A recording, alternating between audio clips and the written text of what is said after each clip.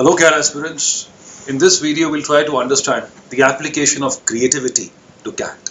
In fact, what you need to appreciate is that CAT is a test of management skills. It's a means to an end, and the end is to find the right candidate for pursuing a career in management. And when you talk about a career in management, creativity is one skill which helps you to create a competitive advantage over other people. So creativity, your ability to think off the feet, your ability to think laterally, your ability to think divergently is one skill which stands you apart in this kind of a test. So let's see how we can apply this skill to different levels of questions and probably come out as a smarter candidate as far as the CAT is concerned. We will take three levels of questions: an easy, a moderate and a difficult level. And this categorization is on the basis of the feedback given by the student community over the years. So here is a question which is easy in terms of the difficulty level. In a hemispherical igloo, an Eskimo's head just touches the roof when he stands erect at the center of the floor. But his son can play over an area of 9856 square units of the floor without stooping. If the Eskimo's height is 65 units, what is the son's height? Now, this is a question which tests your creative ability to form a visual imagery of the whole setup. The way the Eskimo stands at the center and the way his son is playing over a certain area. So we'll try to plot it in a certain way. Say this is the sectional view of the igloo, and the Eskimo is represented by the line OA. So he's standing at the center of the igloo, and the height given is 65 units. The sun is represented by the line BC, and after point C, if he moves onto this side along the circumference, then he has to bend, which means that line BC represents the height of the sun. OC becomes the radius, and you have to also appreciate that OC is nothing but the Eskimo's height. So OC is given to us as 65. OB is the radius of the circular path over which the sun plays. So what we get is pi r square is equal to 9856. Now this r is the radius OB of the circular path over which the sun plays. So when you do a simple calculation putting pi as 22 by 7, you get r as 56, which means the value of OB is therefore 56, and CB can be calculated by a simple application of the Pythagoras theorem, which gives us CB as 33. Now the creative part was basically confined to understanding the setup. Once you get the setup, it's nothing but a couple of equations and you get the answer. So this is how you can probably use this particular skill to solve a certain question on the day of the CAT. Let's try to look at a slightly higher level of question in terms of the difficulty status. Ram leaves home with X flowers, then goes to the bank of a nearby river. On the bank of the river, there are 4 places of worship in a row. He dips all the X flowers into the river. The number of flowers doubles. Then he enters the first place of worship, offers Y flowers to the deity. He dips the remaining flowers into the river, and again the number of flowers doubles. He goes to the second place of worship, offers Y flowers to the deity. He dips the remaining flowers into the river, and again the number of flowers doubles. He goes to the third place of worship, offers Y flowers to the deity. He dips the remaining flowers into the river, and again the number of flowers doubles. He then goes to the fourth place of worship, offers Y flowers to the deity. Now he's left with no flowers in hand. What is the minimum number of flowers that could be offered to each deity? Now, the length of the question is scary, and this is what probably puts this level as moderate for this kind of question. But if you are able to use your ability to think divergently, you'll probably understand that it's a matter of a couple of equations, and finally there is a closure which requires that creative input, and you get the answer. So we'll try to plot it here. He leaves with X flowers, dips them into the river.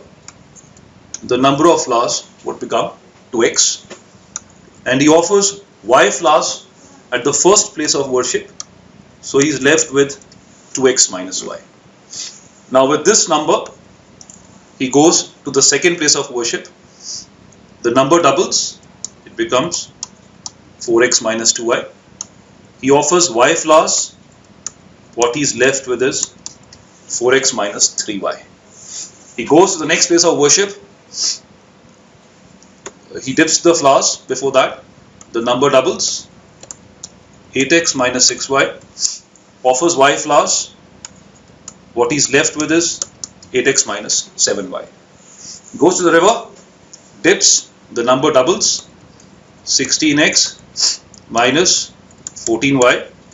Goes to the last place of worship, offers Y flowers, and this is what he's left with. But it's given that once he offers Y flowers at the fourth place of worship, there are no more flowers in his hand, which means that this should be equal to 0. Now this is where you need the creative input. What he's asking of you is, what is the minimum number of flowers which can be offered to each deity, which means he wants to know the value of Y. So if you look at this equation more creatively, you'll probably find that 16x is equal to 15y, or x upon y is equal to 15 upon 16. Now this is where you need a closure. He's asking you the minimum number of flowers which can be offered, which means, in other words, he's asking you the minimum value which y can take. So if you look at the ratio x upon y more carefully, you'll find that this is the simplest way of expressing x and y in the numerator-denominator form. It cannot be reduced any further, which means that the minimum value of x is 15 and that of y is 16. And what the question is asking you is the minimum value of y. Therefore, the answer is 16. So let's now try to graduate to the next level, the highest difficulty level. And let's try to see how you can use creativity again to have a closure and get the answer. The average age of a group of n persons is 75. Two persons with ages 56 and 52 leave the group. A third person with age between 80 and 89 joins the group. The new average age of the group is a prime number. Which of the following is a possible age of the person who joined the group? 4 options are given. So the best route is to consider these values and see which one will satisfy the given conditions, and that should be the answer. Let's try to do some spade work here. The average age of the group is given to be 75. So the total age, the sum of the ages of all the people in the group is 75n. From this total, we subtract 52 plus 56, which is 108, because these two people leave the group, and we add the age of the person whose age is between 80 and 89. Let it be k. So n minus 2 plus 1. This expression gives us the new average age of the group. If you look at it more carefully, 108 can be split into 75 plus 33.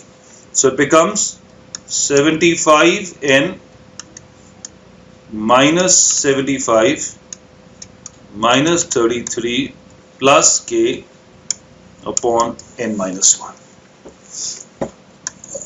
which becomes, you take 75 common, so 75 n minus 1 plus k minus 33 upon n minus 1, which gives us 75 plus k minus 33 upon n minus 1.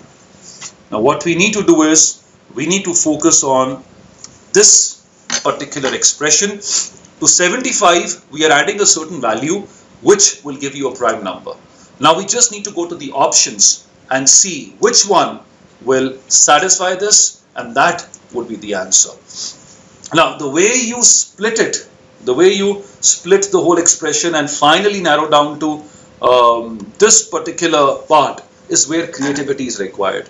Let's try to take it further now. Now what we are possibly being asked is what is a feasible value of k. So we start with the different values of k. If you look at the first option, it is 87. So we put k as 87. So 87 minus 33, that gives you 54. So it becomes, this expression becomes 75 plus 54 upon n minus 1. For this part to be an integer, 54 has to be perfectly divisible by n minus 1. In other words, n minus 1 has to be a factor of 54. So we take different factors of 54, 1, 2, 3, 6, 9, 18, 27 and 54. So obviously these two will not make sense in the context of the given question. So we start looking at these values. If you put n minus 1 as 3, so what you get here is, so 54 is divisible by 3 and what you get is 18. 75 plus 18, that gives you 93, which is not a prime number. Similarly, if you take 6, you will get 54 by 6, which is 9. 9 plus 75 gives you 84, which is not a prime number. And when you do this for all these factors, you will find that nowhere will you get a prime number, which means that k cannot take a value which is 87. We do a similar processing, a similar creative application with respect to other values given in the options. For example, if k is 86, which is option number 2. So 86 minus 33. 86 minus 33 gives you 53. So 75 plus 53 upon n minus 1. Again, 53 is a prime number, but so it has only two factors, 1 and 53, which means that this will not give you the final value as a prime number. So 86 is also not possible. Let's look at 81, that's option number 3. If k is equal to 83, then what you get is 75 plus 81 minus 33, that gives you 48 upon n minus 1. So n minus 1, we identify the factors 1, 2, 3, 4, 6, 8, 12, 16, 24, 48. Now we have to see, is it possible that for any of these values you get 75 plus 48 upon n minus 1 as a prime number? So when you start doing it, you will find that when n minus 1 is 6, you get 48 by 6, that is 8. 8 plus 75 is 83, which is a prime number. Hence, with the value of k as 81, it is possible that you get the average age as a prime number. Hence, the answer is option number 3, which is 81. If you look at the last option, that will again not satisfy the given conditions. So, in this question, your creative part was basically splitting the expression into such a form where you can easily put in the values and check which one satisfies the conditions. The other application of creativity was understanding the factor part and how for different options all the factors have to be exhausted to possibly inspect the right option, which is 81. So we hope that this video will make you appreciate very quickly the application of creativity to CAT. We again would like to stress on the fact that CAT is a test of management skills. So management is absolutely based on skills like creativity and divergent thinking. So the more creative you are on that day, stronger is your probability to do well. We hope this makes a difference. Thank you so much.